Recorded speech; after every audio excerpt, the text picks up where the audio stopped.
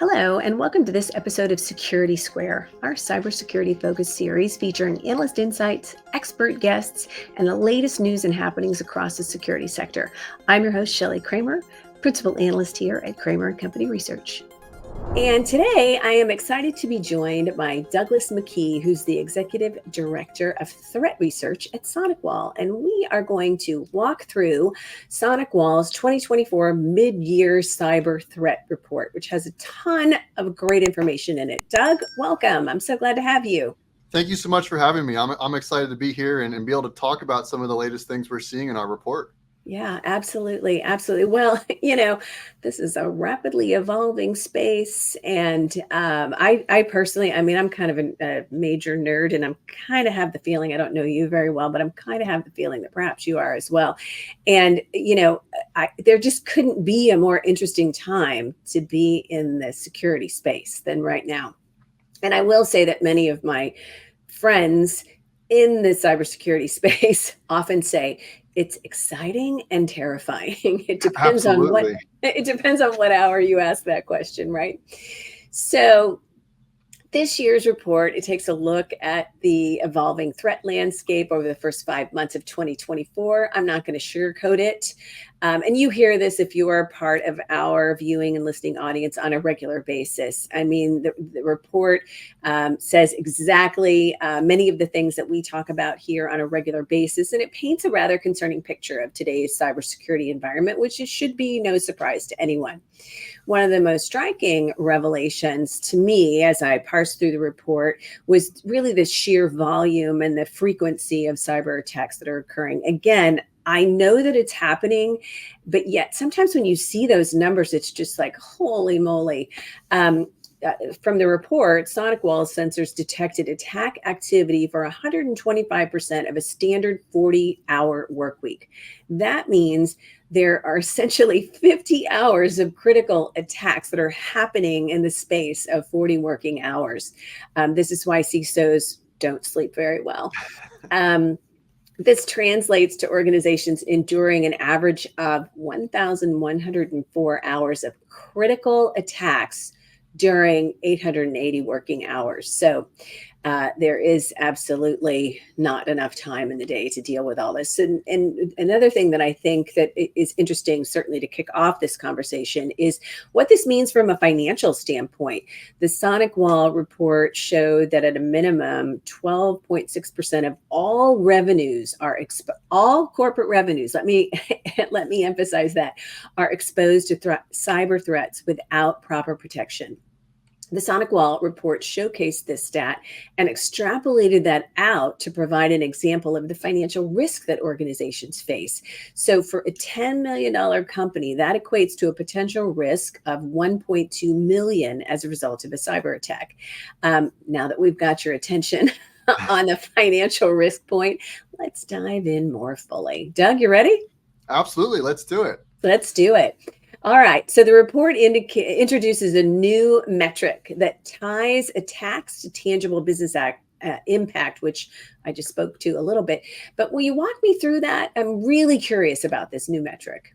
Yeah, absolutely. I love to. In fact, it's one of the things I'm the most excited about in this new report. The threat landscape is evolving. We have to evolve our technology, things like AI, machine learning. And so we want to make sure that our metrics and the way we're talking about cybersecurity aligns with all that involvement, right? Yeah. And we spent a lot of time. That metric's actually been in the works for the last several years and trying to, hone in on it and craft it. And what we're doing is we're measuring attacks, equating for time and frequency. So I think one of the best ways that I can think about this is if I told you we were going to measure rain, okay, and you went out, would you count the raindrops, or would we talk about the amount of rainfall, right, over a given period of time? Yeah. So that's the way to think of our new metric is raindrops. There's different sizes. Some are bigger, some are smaller. They hit in different places. But at the end of the day, when it comes to weather, we're like, oh, there's been an inch worth of rain over the last couple of hours or last 30 minutes. And that's kind of how we approached measuring this new metric in our report. So we're talking about the amount of attacks over a given amount of time, or in this case, an hour, right? And what's really cool and what you highlighted is hour has a value. Time has a value to it. Right. And so this is where we decided, well, we can take the average revenue a company makes within a day, and that allows us to assign a value of, if you couldn't make money for that specific hour, if a cyber attack prevented you from producing that revenue that you've reported for an hour, what does that cost? And that's kind of, and you mentioned the stat 12.6%. It's important to note that that's only in the first 5 months. So that's trending on almost 30% a year, right? Right. If you map that out. Yeah, that's a very good qualifier. But I think, from a business development standpoint and from an industry awareness standpoint, I love metrics like that, because to me, that is a really solid indicator of exactly the risk that businesses face. And I think sometimes when we talk about, the rise in cyber attacks and the risk, some of it's just sort of, is undefined ephemeral risk, right? But I love the way that you've kind of dialed into these metrics and made it something that literally is an equation that helps people kind of understand what their risk really is. And what we've done is we've been very transparent about how we've come up with those numbers, so that way people can, respectfully agree or disagree, and that's in the report. So you can see how we're doing that, and you can leverage that for the best use of your risk. And one of the things I'll highlight talking about risk and numbers is the numbers we've created are the minimum risk due to downtime. So a lot of reports will come out and say, like, the average cost of a ransomware attack, for example, is X millions of dollars, or I actually think it's in billions at this point in time. We're only calculating downtime. So if you think about, okay, any mitigation strategy that you'd have to do, or financial loss to your image, or all that stuff that goes on top of it, that's on top of the numbers. That's on top of the numbers that we're reporting. This is just risk of revenue from downtime. Yeah, crazy. So let's talk malware for a minute. There has been, your report indicated there's been a 30% spike in malware volume over the course of the last 5 months, obviously indicating malware continues to be a very attractive and primary tool for cyber criminals. Any thoughts on malware in terms of what you're hearing from customers and from your industry peers on that front? And, is maybe AI playing a role here? Malware, like everything else in the threat landscape, is continuously changing. In fact, another stat from the report is we've seen 536 new variants of malware on average a day, right? And that also speaks to the volume of increasing malware. And I think we're always going to see cyber threat actors leverage malware. It's a tool in their tool belt that is known to work, right? And that's going to cause them to lean towards it. Of course, is AI a factor? That's part of what everyone wants to talk about is AI, and it definitely plays a component. When we talk about something that we sometimes call like script kiddies, which basically means bad actors that don't necessarily have a super advanced knowledge, but they're able to run a simple script and then execute that problem. AI has definitely allowed for more of that, as you can leverage AI to help you in development or create malware at a much faster clip without necessarily needing that deep technical understanding.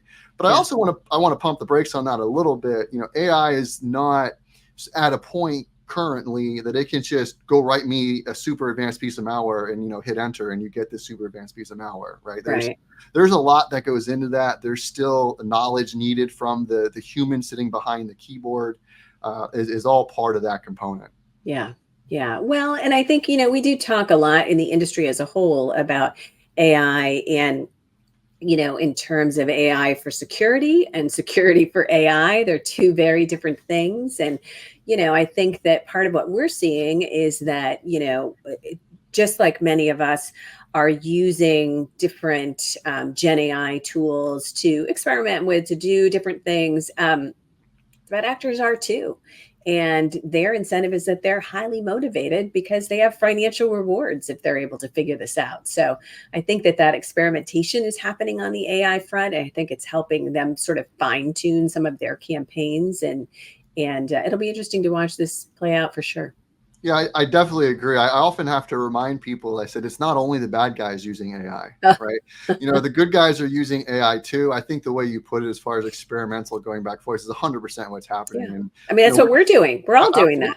Yeah, Yeah. absolutely. And we're seeing it on both sides. We're seeing the advancements in the defensive side of it, and we're seeing it in the offensive side. And it'll be very interesting to see how this goes, moving forward. Yeah, absolutely. Absolutely. So, much like malware, ransomware continues to be a lovely treat in the threat actors basket. And I noticed though from the report, I thought this was particularly interesting that threat actors are now using what you're calling geographically tailored attacks. And that, of course, will. So I want to unpack what that is. And then, of course, it's also going to require CISOs and their teams to develop geographically tailored cybersecurity strategies, which is something that we don't talk about, I feel like, enough. So, will you maybe share with us a little bit about these geographically tailored attacks and some of the findings of the report on Yeah, that issue?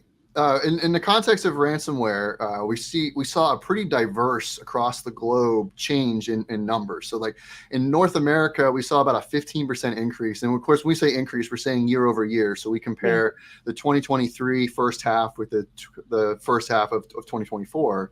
Okay. So we saw a 15% increase in North America, and then we saw a 51% increase in Latin America. So we saw a very large increase there. In other parts of the globe, some had a decline, right? Some had an increase.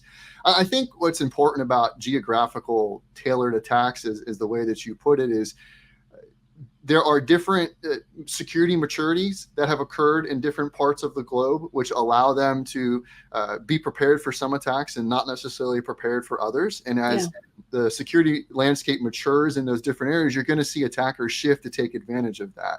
Right. And I also think that it's really important that while we report geographic metrics, to remember that business is a global enterprise now. Almost any business is a global enterprise. Yeah. And sometimes it's just simply about hitting their target where they are at that time, or where they can, where the servers are, where the users are. So as we hire in different geos, then we see malware attacking those different geos, right? And it's a constant struggle and challenge to really protect this global business or organization that we have versus, oh, we've got all our eggs in North America, and it's easy to kind of build a system around. That's not the way the world works anymore. Yeah. Yeah. No, absolutely. That makes a lot of sense. One of the things that always fascinates me is when we talk about IoT and connected devices and security as it relates to them, those devices. And I think that an ordinary average human being really doesn't spend much, if any, time thinking about the fact that most of us are surrounded by connected devices on a daily basis at work and at home. Our routers, our TVs, our refrigerators, our smart lights, our smart doorbells, our kids' toys, so many, our printers, so many things, so many endpoints, so little time. But then okay, great. So you're right, Shelly. We're surrounded by a lot of things at home. Okay, then take it out into the business world, into those office buildings that again have smart building controls at the ready. So you walk into a conference room, the light goes on, the light goes off when you leave, those sorts of things. Think about a hospital. Think about when you go to a doctor's visit, a specialist visit, or things like that, and you're getting, they're using internet connected machines, sonograms, or those sorts of things to do diagnostic tests. All of those things are connected to the internet. They are endpoints that are incredibly attractive to threat actors. And so that is why the IoT continues to be an attractive target. Also, think about manufacturing, industrial facilities, that sort of thing. They're filled with things that are connected to the internet. And by the way, these connected devices are continuing to grow at an incredibly rapid pace, and that's not going to slow down anytime soon. So one of the things that your report highlighted is that IoT attacks surged by about 107%. I know that probably wasn't surprising to you. It certainly wasn't surprising to me. But let's talk a little bit, if we can, about the vulnerability of connected devices. Yeah, I think you outlined it, quite beautifully as far as the amount of connected devices that we have.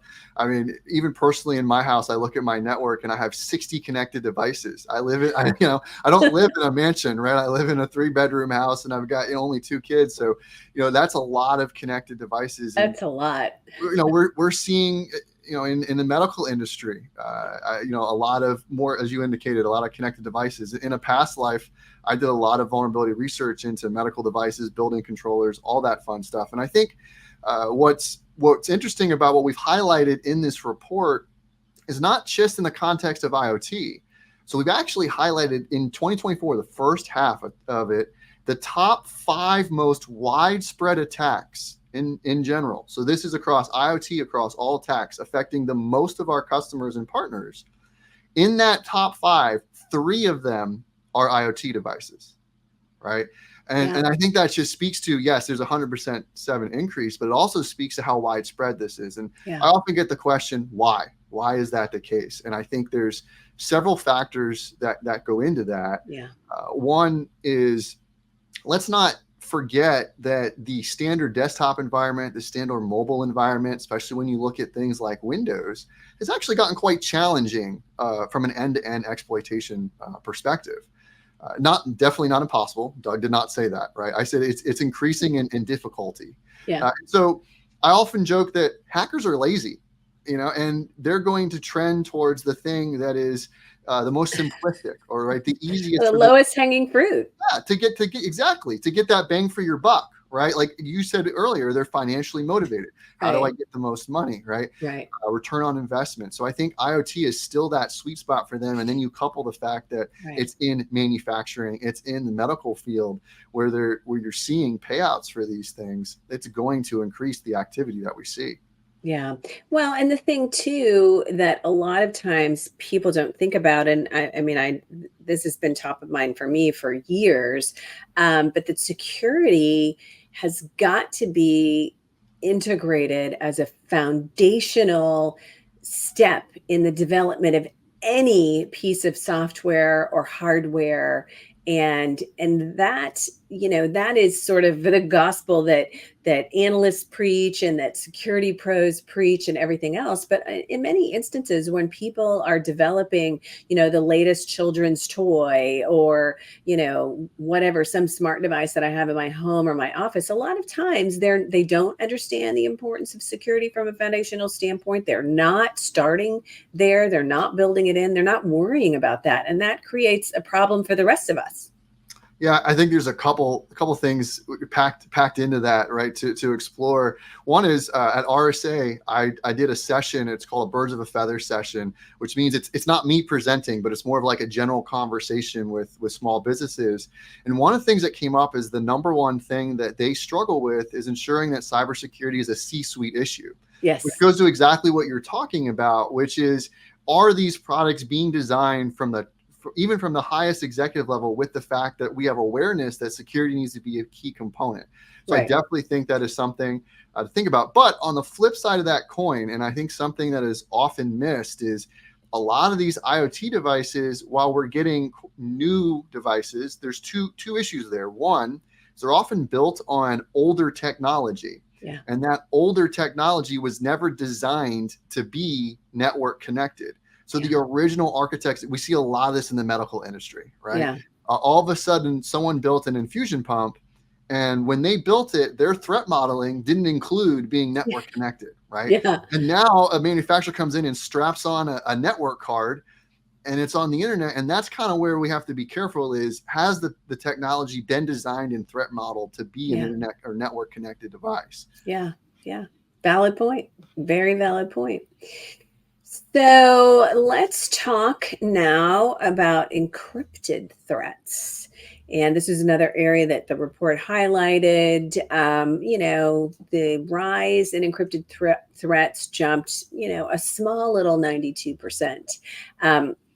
Obviously, to me, this indicates that threat actors are becoming more sophisticated, likely aided in many instances by AI, which is not, AI isn't changing the game completely as it relates to this. But I remain convinced that just as we are in our daily lives, not everybody is, but in our daily lives, experimenting with, exploring with how we can use generative AI to help us, be more productive, be more accurate and efficient and all that sort of thing. Threat actors are doing that too. So these encrypted threats, they're using encryption to avoid detection.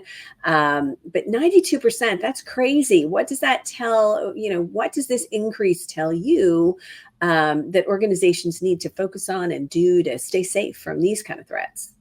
I think it talks to a couple points. One is, as you said, like malware's getting more sophisticated, right? Yeah. So as a result of that, we're seeing encryption used. But why is encryption being used? We can think about it as, well, that means that unencrypted malware is not working as often, right? So attackers are moving to a new, I don't want to say new because it's not new, but Yeah, a they're different pivoting.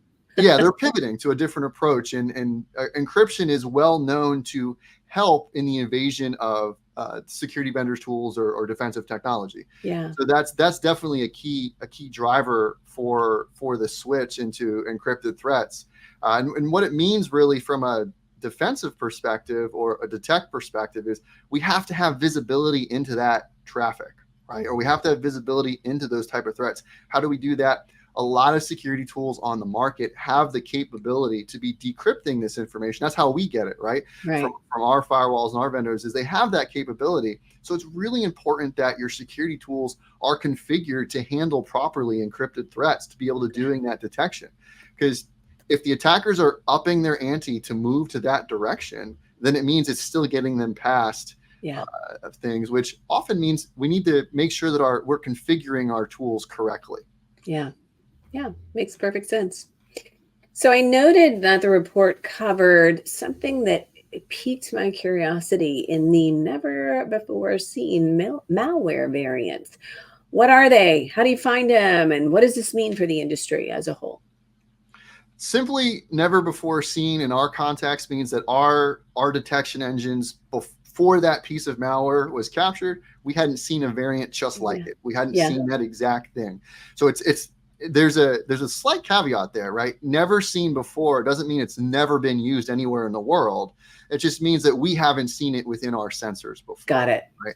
And so where do we get that? We get that data directly from our sensors as one primary place. We also, like many security vendors, leverage the open source community. We leverage things like VirusTotal to make sure that we are properly proactively creating detection. So even if it hasn't been seen by our sensors, right, that we're trying to create detections for it as soon as possible. Mm-hmm. So it could potentially play a little bit into the AI conversation. Why are we seeing so many new variants? Well, it's difficult for AI to not necessarily write a brand new, super sophisticated piece of malware from the ground zero. It's much simpler for someone to provide a piece of code to AI and say, hey, could you modify this just a little bit? Could you do this same thing slightly differently? And all of a sudden, they do that a bunch of times within a large piece of malware. Now you have something that looks completely different than when we started. And that can be potentially a reason why we're seeing additional new threats on a regular basis. Yeah, that makes sense. Well, and I will note, as we're talking about this, the data point from your report was that 78,000 new malware variants were identified in the first 5 months alone of 2024, which is an average of 526 new strains daily. That's a lot. Quite a bit. Yeah, that's quite a bit. That is quite a bit. That's quite a bit. So, Doug, one of the things that we talk about here incessantly is the rapidly evolving cybersecurity threat landscape. Of course, when we talk about this, it is a reality in our world. And the reality is also that is not going to slow down. I mean, all of the advancements in the tech sector that we've seen over the course of the last 5 and 10 years, everything has sped up. And so this also, is not surprising that we've seen this threat landscape speed up and challenges kind of come winging at us faster than ever before. But that's not going to change. Certainly it's not going to change significantly. And so as we wrap this show, what I'm looking for from you is what's your best advice to organizations who might be reading this report, to their CISOs and their IT teams. How do you think about this moving forward? And, everything that we've touched on here is just an escalation in malware and an escalation in ransomware and an escalation in never before seen threats and all of these things. How do they effectively combat this ever evolving cyber threat landscape? I think that's a great question. It's always the elephant in the room, right? Yeah. Like how do we get better? What do we do? How do we stay on top of it? And I think there's a multi-phase approach here. I think my number one advice to CISOs or to organizations out there is don't try to do it alone. Yeah. And I think that's often the time where we see mistakes. Oh, we can handle this. We can just hire a couple more people, right? The hours that we talked about in the beginning, there's more attack hours happening than there is in your average work week. Leveraging a partner or a SOC to do 24/7 monitoring is really key in making sure that you're protected around the clock, 365. And to try to do that alone, it's a noble cause, but it's going to cost you more. And that's the biggest thing we have to do. And it also comes in a different context.